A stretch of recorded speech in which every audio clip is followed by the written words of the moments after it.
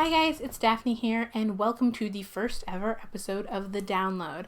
And so The Download is going to be my favorite movies, TV shows, books, comic books, even a little bit of music from the past month. And this is The Download for June. So let's start new movie releases. Inside Out. Inside Out is a story of a young girl and the feelings that are going on in her head. And the feelings are actually like little creatures living in her head, which is not as creepy as it sounds, but it's just this really, really great, sweet Pixar movie. And I absolutely loved it. It was happy, it was sad, it was just perfect for kids and for adults. And I can't recommend it more. I think the best part of it is that it's a really great tool for parents in how they're talking to their kids about emotions so that kids can know that being happy is really important, but you shouldn't forget your other emotions. Anger, sadness, disgust, fear. Those are all emotions that are really important. They're part of you, so you shouldn't just, sweep them under the carpet. The cast itself was amazing. Amy Poehler and Phyllis Smith. I think they were just, their dynamic together as joy and sadness worked very, very well. Richard Kind was amazing as Bing Bong, and I am not going to forget you, Bing Bong. You were going to be in my mind for a very, very, very, very long time. Besides that, it had some, silly moments for kids, and then there were a couple moments for adults out there, even though it wasn't like an adult movie, and not that kind of adult movie. It, I think, would resonate with all kinds of adults. And there was one of the best things a Pixar movie has ever done. There was this line, "Forget it, Jake, it's Cloud Town." And if you don't know what the reference is there, I'll just say Chinatown. And hopefully you were in the theater and you laughed as much as I did, because I was the only one laughing in my theater. Mainly because I think there were just a lot of kids there. But, such a great reference. Thumbs up, Pixar. Let's move on to my other new release movie that I saw this month, and that was Jurassic World. Jurassic World was something that I was really, really looking forward to. I was very excited about it because I love Jurassic Park. And in the end, the movie was a good movie. It was a fun movie. I liked it. I came out of the theater being, pleased with it. But on further reflection, there were definitely some problems with the movie. I think they could have used Chris Pratt better. He was good in it, but I think he didn't have enough to work with. I think that was one of the major problems. The movie was really, really heavy-handed in terms of its messaging about, you shouldn't change nature and commercialism, it's so bad, blah, blah, blah. It was just overly done. Jurassic Park had the same sort of themes, but I think it was integrated much better into the plot of the movie. It did have a lot of fun nods to Jurassic Park. It had, we saw the original Jurassic Park gates. We saw, the electric fence from that very famous Jurassic Park scene. We saw that they found the same Jeep that they were using in the first movie. There was that spitting dinosaur that made a reappearance. So there's a lot of good, hey, look at that. I remember that from the first movie. The visual effects were pretty great. I thought the dinosaurs were pretty really realistic, aside from a few scenes. The end fight was really great, although I didn't know what was going to happen. But, I never expected it to be the new Jurassic Park. I expected it to be, a fun summer movie, and that's basically what it was, and I wasn't expecting much more. So I think in the end it was successful, and I would definitely recommend seeing it on the big screen. Finally, in the new movies, which is not as new as those other two that I just talked about, but is still in this month, is Spy. Spy was my biggest surprise of the month because I don't really like Melissa McCarthy movies. The trailer to this did not look that great to me.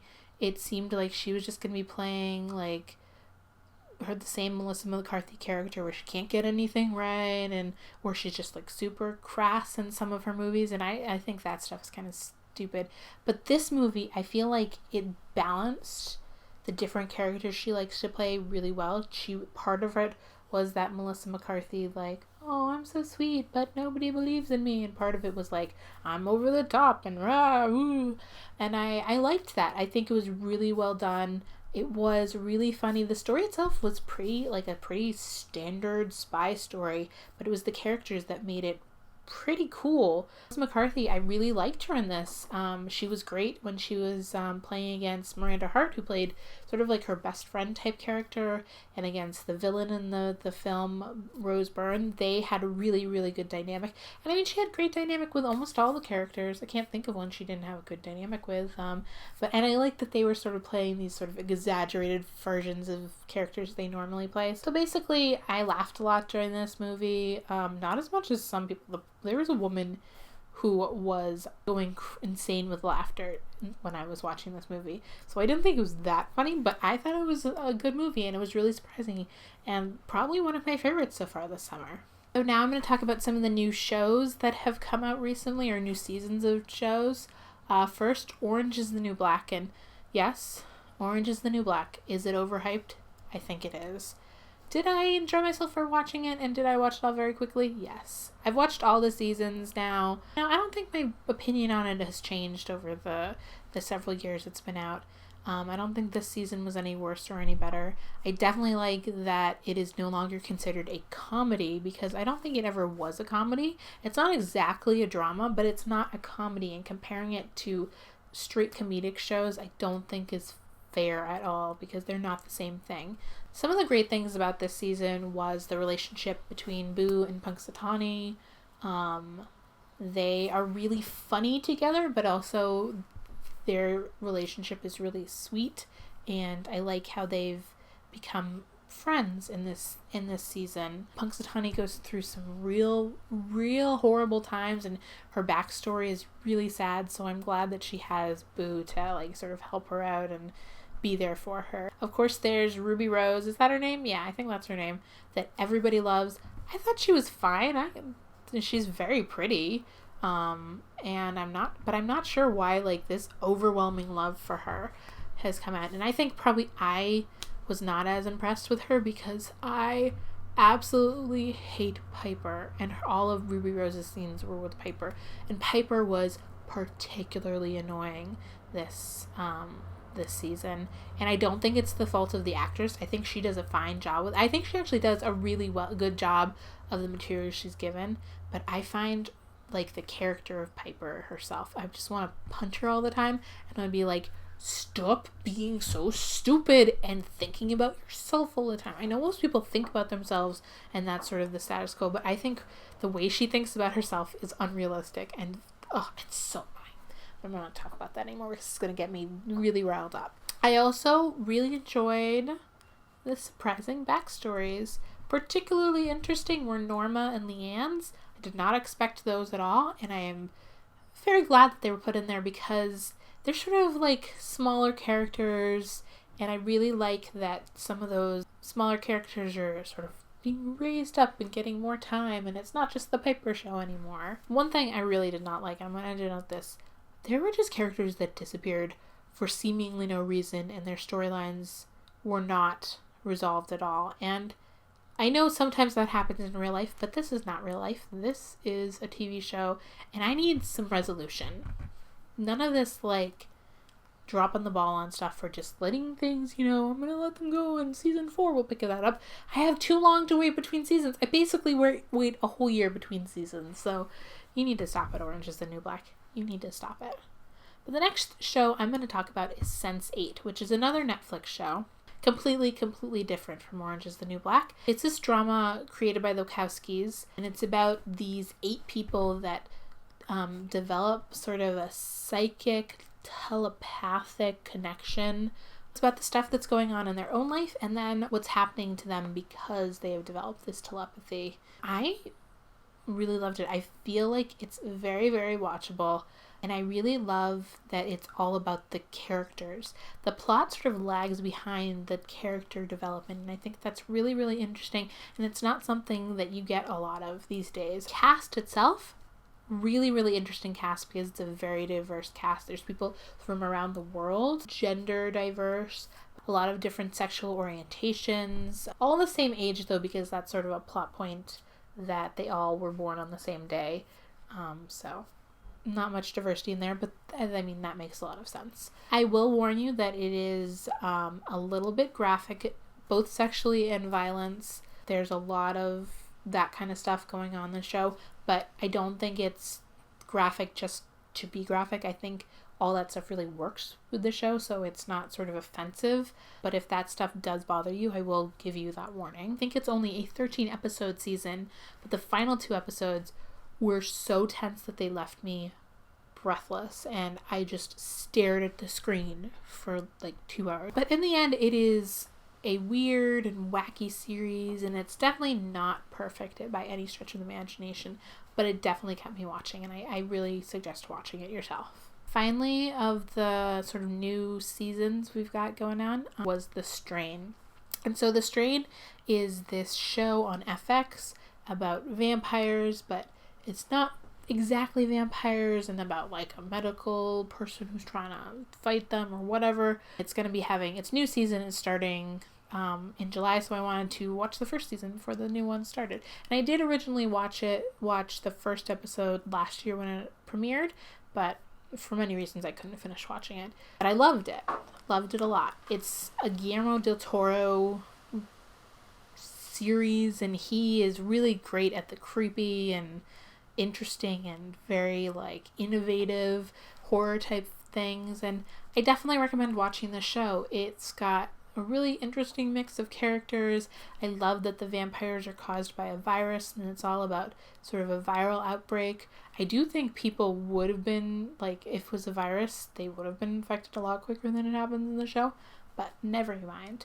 The new season is coming out. The old season is on Hulu right now, so definitely watch it. It's not that long. I think it's only 13 episodes once again, so it's totally worth taking the time to watch it before the new one premieres. On to books and comics. I have a couple of graphic novel comic book compilations that I read. First is Saga. Saga is this crazy space opera with warring factions and really cool characters, and it's written by Brian K. Vaughan, and it's a beautiful book. I'll put some of the pictures of it right here. It's so beautiful. When you read it, you feel like the few pages that you get through, it's like you're only scratching the surface of what this whole epic could turn into. The art itself is glorious. The worlds are weird and cool and bizarre and interesting, and it has really cool cosplay opportunities, and that's something that I'm going to try to be getting into. I don't really know a lot about cosplay, but the hair and the horns and the wings and the spider people, and I think there's just a lot of opportunities to make some really cool cosplay options. There's also a really adorable love story about a girl and a boy from 2 sort of opposing factions, and it's almost like it's a Romeo and Juliet type story, although they are completely star-crossed lovers because they are in the stars running from the warring factions. It's so good. I can't recommend enough that you need to check this out. Finally, if all that didn't convince you, they've got a creature called the Lying Cat who says when people are lying. He's a giant blue cat, and he goes, lying. How can you not want to read a story that has that in it? You really need to read this. So the second comic book compilation that I read this month was called The Wicked and the Divine. The Wicked and the Divine is this really cool series where ancient gods are reincarnated every 90 years, and they are reincarnated to young people, and they basically live these crazy pop star lives for 2 years, and they die. They might die during that 2 years, they might die at the end of the 2 years. That's not really explained, but it's just such a fascinating concept, and it's really well executed. The art, once again, is beautiful, and it's like filled with a mystery. You don't know what's going to happen. You don't know why any of this is happening. You don't know why this particular character that you've been following is involved in this whole situation, what she has to do. I've only read the first, 5 issues out of a total of 11, but I can see this going on for a long time, and maybe going back to past reincarnated gods. I don't know. It's totally cool. You definitely need to check this one out. Finally, in terms of books, I have Girl on the Train, which is the story of a girl, quite literally on the train, who sees something out of the window while she is commuting to London, and that sort of changes her life and gets her involved in this really weird mystery. It's definitely a thriller. It's very tense. I read the whole thing, read it really quickly. I didn't really like the characters as people, which might be why I'm a little reluctant to recommend it, but it is definitely a very popular book and a lot of people have really enjoyed it. And I see it more as an opportunity for a good movie, and I'm really glad to say that it is being filmed as a movie starring Emily Blunt, and so I'm really looking forward because I think it will do much better in my mind. I think it was meant to be a movie, not a book, because it felt more cinematic to me. I wanted to add another category in here, and that is internet things that I've consumed. One of the things I wanted to recommend was twitch.tv, and that is this live streaming service where people mainly play video games and share their games with the world, and that's very interesting to me because I do a similar thing. I do the YouTube version of that, so I'm always interested in what's going on in the total world. But quite recently, in the past, actually 5 months now, there has been this particular channel on Twitch, and it's the Geek and Sundry channel. And I think I mentioned before that Geek and Sundry is something that inspired me to do this particular channel and my related Tumblr. When the Twitch channel came out, I was really excited because it was going to be showcasing geeky stuff, not just games. And I have absolutely loved it. In all seriousness, I probably turn it on every weeknight because it's on from 7 p.m. to 2 a.m. Every weekday, and they just have some really cool shows on it. And it's not like the normal streaming stuff you see on Twitch. It's not just one person who's doing everything. It's got a set, it's got shows, it's got hosts, it's amazingly well produced. It has built a really cool community that is there all the time chatting and, you know, discussing lots of stuff and just being very welcome and very active. And it's very interactive, and I feel like the people that are on the channel, that if I knew them in real life, I'd be like the best of friends with them, because I have a lot of friends now, don't get me wrong. I love my friends, but none of them are really into this geeky side of stuff. This is sort of my virtual friendship with people who enjoy the same things I do. And I particularly like several shows. I mean, everybody likes Critical Role, which is their Dungeon and Dragon thing, which I watch and I like. It's really funny. It's not one of my favorite shows that they do, but it seems to be everybody else's, so I'll just mention that. And it has actually gotten me interested in Dungeons and Dragons, which I was never interested in before. But my favorites are The Concession Stand, which discusses movie and television stuff, and it's just, I think it's just really well done. They do trailer reviews, they talk about the movie news, they do 6 minutes of spoilers with some of the new movies that have come out. Then also there's The Pull, which is all about comic books, and I got some of the recommendations. Some of the things that I read this month was because of what The Pull said, and it makes me want to go to my local comic store again and, you know, pull out some comics for me to read. My bank account doesn't agree with me, so I haven't done it yet, but I'm really excited to do that in the future and get sort of back into the comic feel of stuff. And finally, on Friday nights, they have something called Gather Your Party, which is where they play some new and old board games. They have a musical act that comes on usually, and then after that, they do the best thing of all. They play Just Dance. And I will admit that sometimes I dance along with them. It's pretty amazing. This is where I'll give a plug to the music of the past month. I'm not going to play any of the music because, you know, copyright craziness. I think I probably could get around it because I am reviewing this stuff and that's the purpose, but I don't want to, you know, deal with that. But I will let you know that I have a Spotify playlist every single month of all the music I've been enjoying. There'll be a link in the description bar, but I also put together a post every month on my blog. A lot of the past ones are on my original HeartSaysHey blog, but I'm going to be putting them on this blog just because I think it fits better in the whole entertainment side of things. I'll give you a little bit of a preview. There's going to be songs by the likes of John Newman, Airbag 1, Day Jack. I try to get just new music that is just coming out this month or stuff that I've never heard of before, but it is definitely mainly new music. So that is all for the download. I feel like I've been talking for a really long time, but if it was helpful for you guys and you like to hear my opinions, I am happy to do it. If you have any suggestions for how to make this show better, I am happy to hear those as well. Just put everything down in the comments. If you want more videos like this, make sure you like this video and subscribe to my channel because you'll get all my videos right there on your subscription list. So thank you so much for watching, and I hope you come back for the next one. Bye!